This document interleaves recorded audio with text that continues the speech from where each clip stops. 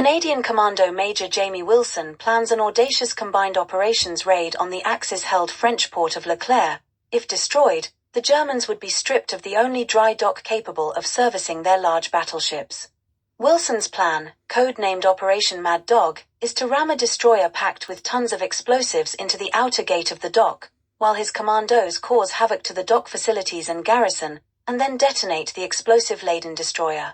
Opposed to Wilson is Royal Navy Captain Owen Franklin, whose own son was killed on Wilson's disastrous previous deep-type raid on the French coast at La Plage.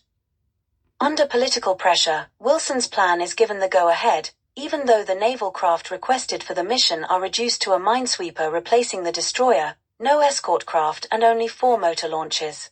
The mission's naval commander, Lieutenant Commander Don Kimberly, is blinded in a training accident while trying to save an injured commando, who dies from his injuries. With no other option, Franklin is ordered to replace Kimberly, and is thus put in direct conflict with Wilson on the journey to France. After an attack by a night fighter delays their return to base course, Wilson is surprised to learn that Franklin had suggested they minesweep the area in the weeks before the mission, so the Germans believe it to be just routine. As they cross the English Channel, Wilson finds himself at odds with Franklin when the supporting air raid seems to be cancelled, but, to Wilson's surprise, Franklin ignores the order to return and changes his view of both Wilson and the mission. With a united group heading into the port, the Germans discover the approaching minesweeper and its commando carrying escort of motor launches. After briefly stalling the Germans by pretending they are German ships, the convoy is bombarded by the coastal batteries which line the port entrance, but fail to stop the minesweeper from ramming the dock gate. As the commandos storm ashore, leaving Wilson on the minesweeper's bridge, it is hit once again, this time with Wilson mortally wounded. In the port's facilities, a running battle rages between the Germans and the commandos, in which Franklin is captured and taken to the German HQ.